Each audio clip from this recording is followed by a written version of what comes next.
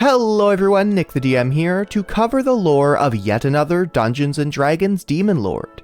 If you're new here, I've been making my way through the Demon Lords alphabetically, and today we are discussing Arlgolcheir, so let's get into it.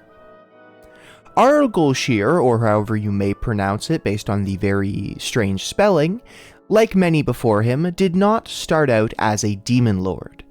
In order to attain power at an accelerated rate, Arlgolcheir forged a pact with the demon lord Ahazu, pledging his body and essence if he were to ever perish on a plane other than the Abyss. As a result of this pact, Arlgolcheir rose quickly in power, eventually becoming a quote, minor demon lord, end quote. But, eventually, the terms of his pact with Ahazu were fulfilled, when a trio of wizards from the material plane slew him. But this was no mere trio of wizards. The first of this group was the famous Laeral Silverhand, one of the Seven Sisters, a chosen and daughter of the goddess of magic Mystra from the Forgotten Realms setting. Laeral discovered Arlgolcheir's demon amulet, a device similar to a lich's phylactery, protecting the essence of the one to whom it belongs. I discuss demon amulets more in detail in my Demon Lords video, so go check that out if you want to learn more.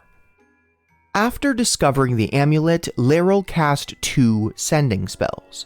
One to Kelbin Aronson, the once Black Staff of Waterdeep, and another chosen of Mystra. And the other she sent to a mage named Alduth of Neverwinter. And I'll be honest, I can't find anything on him, but I'd assume he's pretty strong considering the situation.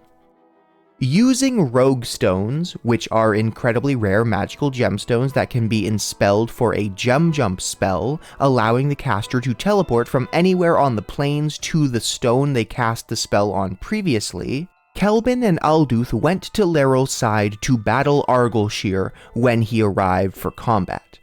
One thing I find interesting about this story is something that might go unnoticed, especially because there aren't many details in the first place.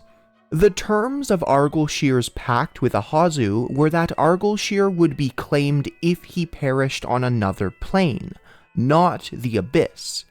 Meaning Arlgolcheir was keeping his demon amulet on another plane, which is an impressive feat when you really think about it, as he had to get it there in the first place and have it in some place he could reasonably feel it was safe. After his defeat, Arlgolcheir was imprisoned within the Wells of Darkness on the 73rd layer of the Abyss.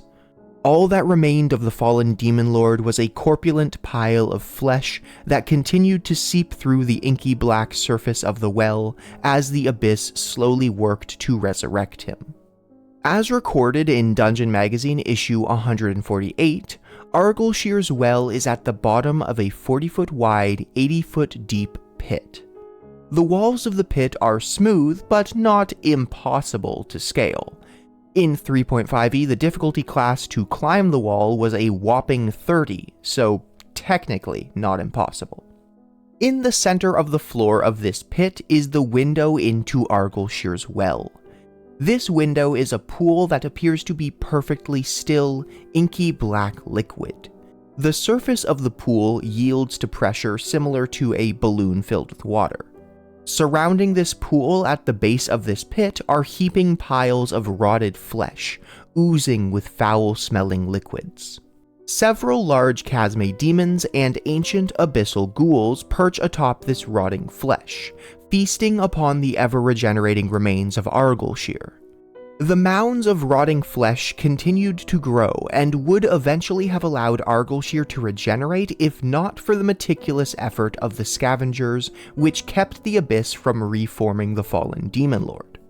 Any perceived intrusion upon their feasting caused the scavengers to react with fury and fight to the death. They wouldn't, however, pursue intruders out of the pit. And even if these feasting fiends were slain, more scavengers would replace them in less than 8 hours. Arlgolcheir's well has one additional unique feature. At the base of the pit is a one-way portal leading from the pit of prisoners on Pezunia, the first layer of the Abyss. A creature on Pazunia can travel through the pit of prisoners and end up in Arlgolcheir's well, so long as they, or the first person in their group, carry a relic from one of the demons trapped in the Wells of Darkness. Anyone entering the portal without a proper key is expelled from a random pit portal elsewhere on Pazunia with enough force to launch the traveler 20 feet in the air.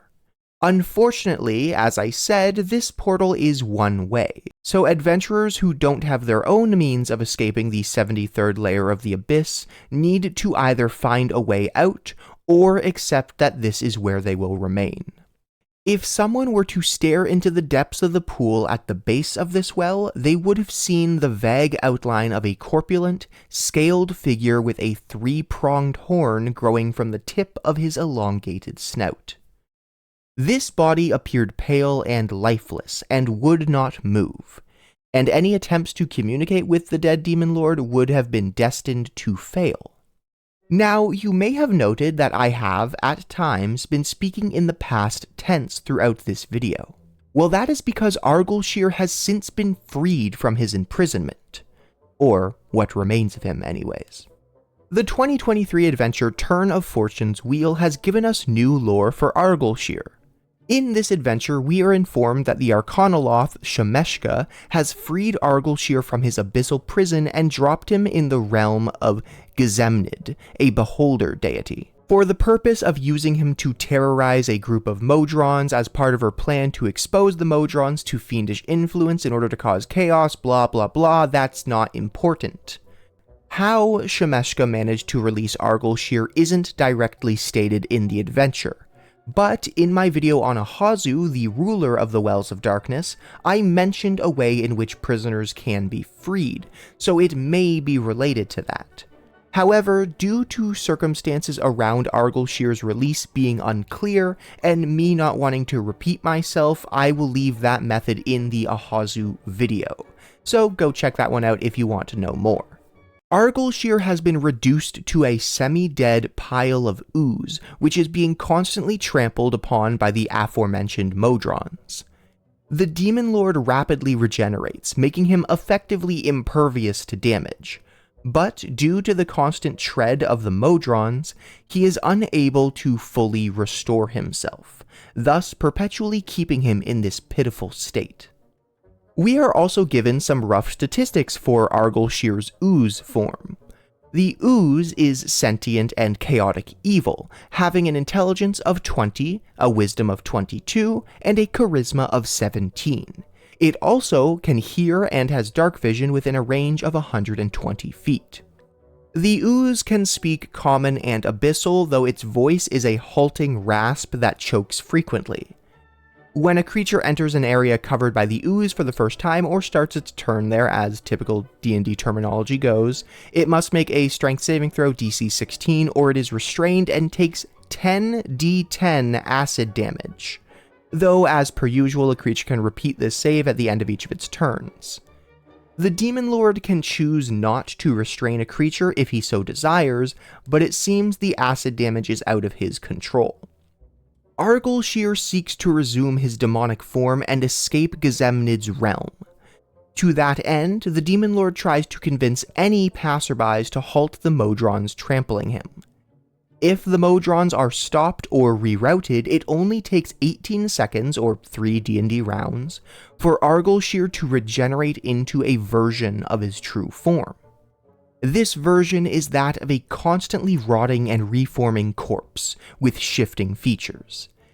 The adventure in question says that, in this form, Arlgolcheir has the stats of a lich, with the exception of being chaotic evil.